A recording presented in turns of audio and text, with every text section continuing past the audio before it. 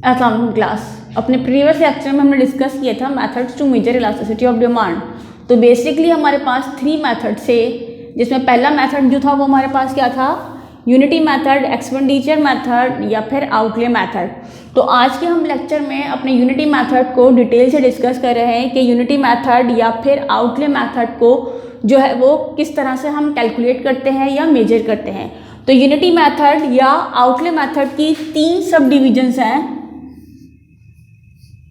3 sub division में पहली जो हमारे पास आती है वो क्या होती है, इक्वल टू 1 और equal to unity, more than 1 और more than unity, less than 1 और लेस देन यूनिटी। अब जैसे कि हमें इस मेथड में ही नज़र आ रहा है कि यूनिटी मेथड हो या आउटले मेथड हो या एक्सपेंडिचर मेथड हो, तो ये तीनों एक दूसरे के इक्विवेलेंट होते हैं। तो ये जो मेथड है ये बेस कर रहा है ऑब्जर्वेशन ऑफ एक्सपेंडिचर के ऊपर, कि हम ना सिर्फ ये चीज़ ऑब्जर्व करते हैं कि प्राइस में चेंज आ रहा है तो डिमांड में भी चेंज आ रहा है, तो इसके साथ साथ total expenditure of a consumer पर कितने % चेंज आ रहा है।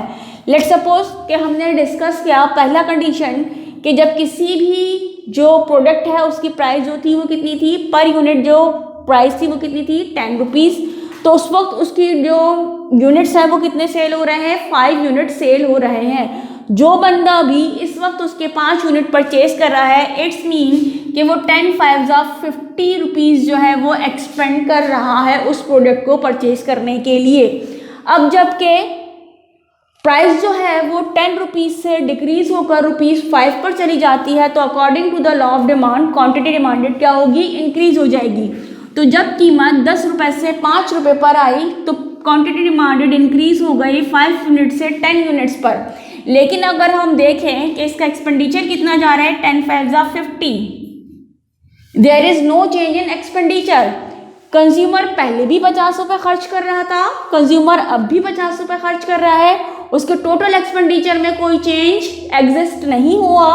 तो ऐसी सिचुएशन को हम नाम देते हैं इक्वल टू 1 और इक्वल टू यूनिटी, यानी कि प्राइस वेरी हुई, क्वांटिटी डिमांडेड भी वेरी हुई, लेकिन उसके टोटल एक्सपेंडिचर पर कोई इम्पैक्ट हमें नज़र नहीं आ रहा।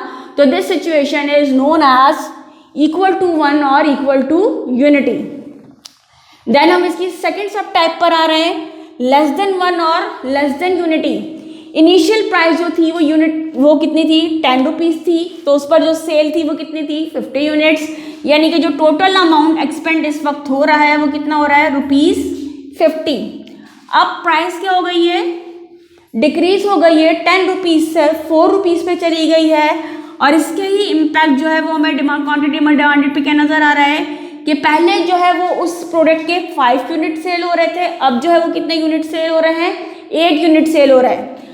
और अब हम ऑब्जर्व करते हैं कि इस वक्त एक्सपेंडिचर जो है वो कंज्यूमर का कितना जा रहा है, 4 8 32, यानी कि पहले वो है वो क्या कर रहा था, 50 रुपीज़ एक्सपेंड कर रहा था, अब वो कितने रुपीज़ एक्सपेंड कर रहा है, पहले के मुकाबले में कम, जस्ट ₹32। हालांकि वो उससे ज़्यादा प्रोडक्ट खरीद रहा है, पहले वो 5 यूनिट खरीद रहा था, अब वो 8 यूनिट परचेज कर रहा है, लेकिन उसका एक्सपेंडिचर क्या हो गया है, प्रीवियस के मुकाबले में डिक्रीज हो गया है।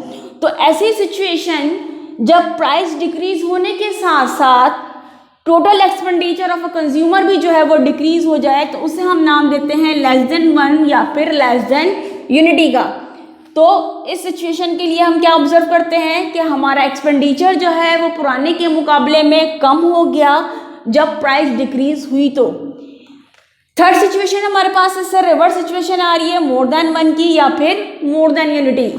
इनिशियल प्राइस, हमारा प्राइस लेवल वही है कि ₹10 है प्राइस, और क्वांटिटी डिमांडेड जो परचेज हो रही है इस वक्त वो कितने यूनिट हो रही है, 5 यूनिट।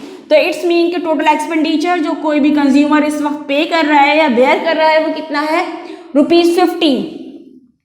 प्राइस डिक्रीज हुई 10 रुपीज़ से 8 रुपीज़, तो क्वांटिटी डिमांडेड क्या हो गई, इंक्रीज हो गई 5 यूनिट से बढ़कर 8 यूनिट, और इसका एक्सपेंडिचर क्या हो गया है, इंक्रीज हो गया है, 8 8 64, यानी इस वक्त जो कंज्यूमर पे अप कर रहा है वो कितने पैसे खर्च कर रहा है, 64 रुपीज़ खर्च कर रहा है। तो ऐसी सिचुएशन जबकि प्राइस कम हो लेकिन उसकी वजह से आपको टोटल एक्सपेंडिचर जो है वो बढ़ जाए, तो इस सिचुएशन को हम नाम देते हैं मोर देन वन और मोर देन यूनिटी का। एक बहुत कॉमन एग्जांपल जो हम आपको देते हैं इसके बारे में वो क्या है कि जब पहले सिर्फ 600 का आपके पास जब मोबाइल का कार्ड आता था चार्ज करने के लिए, तो आप मंथ में एक कार्ड इस्तेमाल कर रहे हो, तो इट्स मीन कि आप 600 रुपीज़ मंथली एक्सपेंड कर रहे हो। लेकिन जब से इजी लोड की फैसिलिटी आई, तो पहले वीक में आपने 200 रुपये का इजी लोड डलवाया, फिर 300 का डलवाया, फिर 200 का डलवाया, तो अगर आपने टोटल मंथ की कैलकुलेशन की तो वो एक्सीड कर गई 600 से। तो सम टाइम ऐसा होता है कि अगर आपके पास प्राइस लेवल डिक्रीज होता है तो आपका डिमांड इंक्रीज होने के साथ साथ आपका टोटल एक्सपेंडिचर भी इंक्रीज हो जाता है।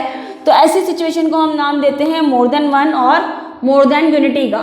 तो आज हमने जो डिस्कस किया है वो क्या है, यूनिटी मेथड। यूनिटी मेथड की सब टाइप्स जो हैं वो 3 सब टाइप्स हैं। फर्स्ट वन इज यूनिटी या equal to one, second is less than one और मोर देन वन। इसमें हमारी जो ऑब्जर्वेशन होती है वो रिलेट कर रही होती है एक्सपेंडिचर से। एक्सपेंडिचर अनचेंज तो equal to one, expenditure decrease due to decrease in price it is less than one, expenditure increase due to decrease in price is known as more than one. तो आज इस वक्त जो है वो हमारी measurement of elasticity of demand के तीनों मेथड जो है वो कंप्लीट हो गए। इसके साथ ही अब हम एक और इम्पॉर्टेंट इशू की तरफ डिस्कस करते हैं कि डिमांड का जो टॉपिक है, ये इलास्टिसिटी ऑफ डिमांड का जो टॉपिक है प्रैक्टिकल लाइफ में इसके लिए हमारी क्या इंपॉर्टेंस है। तो किसी भी चीज़ की जो डिमांड जो है वो आपको बताती है कि जनाब उसकी प्राइस, अगर वो इलास्टिक डिमांड है या इन इलास्टिक डिमांड है, तो प्राइस का इम्पैक्ट उस पर क्या आएगा।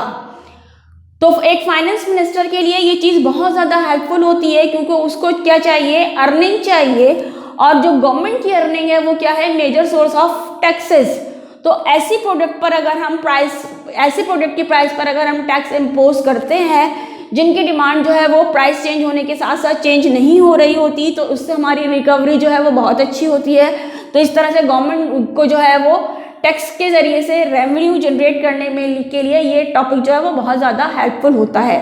दूसरी तरफ अगर हम चाहते हैं कि ऐसी चीज़ों की जो है वो कंजम्पशन को बढ़ाएं जो हमारे लोकल लेवल पर बहुत अच्छी प्रोड्यूस हो रही है, तो हम उनकी प्रोडक्शन को इंक्रीज़ कर देते हैं, मार्केट में उनकी प्राइस जो है वो डिक्रीज़ हो जाती है, तो उससे क्या होता है, उसकी कंजम्पशन बढ़ जाती है और हमारा जो सर्किल है वो बहुत अच्छी तरीके से मूव करना लग जाता है। तीसरी तरफ अगर हम ये देखें कि ऐसी प्रोडक्ट जो कि हम इंपोर्ट कर रहे हैं उनकी प्राइसेस बहुत ज़्यादा हैं, या हम उन्हें इंपोर्ट नहीं करना चाहते, उनकी जो है वो सोसाइटी में उसकी कंजम्पशन को कंट्रोल करना चाहते हैं, उनकी अशिया को हम कम करना चाहते हैं कि वो हमारी सोसाइटी में कम रेगुलेट करें, वो चीज़ें सोसाइटी में जनरेट ना हो, तो अगर हम उनका प्राइस लेवल बढ़ा देंगे तो उसकी डिमांड क्या हो जाएगी, मार्केट में कम हो जाएगी। तो ये जो डिमांड का टॉपिक है ये हमारे लिए बहुत ज़्यादा इंपॉर्टेंट होता है, मोनोपोलिस्ट के लिए भी बहुत ज़्यादा हेल्पफुल होता है कि मोनोपोलिस्ट ये ऑब्जर्व करता है कि किन चीज़ों की प्राइस जो है उसके हर चेंज को जो है वो कंज्यूमर जो है वो बेयर कर लेता है, तो इस तरह से वो प्राइस को इंक्रीज़ करके अपनी इनकम को जो है वो इंक्रीज़ कर लेता है। तो ये जो इलास्टिसिटी ऑफ डिमांड का टॉपिक है ये रेगुलर लाइफ में हमारे लिए बहुत ज़्यादा इंपॉर्टेंट होता है।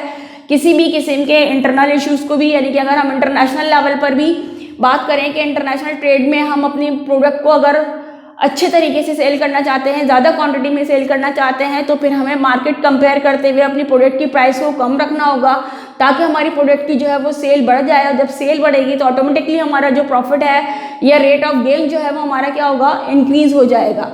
तो प्राइस जो है वो, अगर हम प्राइस को कंट्रोल करें on the behalf of elasticity of demand, तो इसकी वजह से हम अपने इंपोर्ट, एक्सपोर्ट, कंजम्पशन, एम्प्लॉयमेंट, सारी चीज़ों को जो है वो अच्छे तरीके से सोसाइटी में और स्टेट लेवल पर जो है वो कंट्रोल अप कर लेते हैं। इसके साथ ही आज के हम अपने लेक्चर को वाइंड अप करते हैं। ना सिर्फ लेक्चर वाइंड अप हो रहा है, आज हमारा चैप्टर भी कंप्लीट हो रहा है। नेक्स्ट लेक्चर में इंशाल्लाह हम नेक्स्ट टॉपिक के साथ क्लास स्टार्ट करेंगे। अल्लाह हाफ़िज़।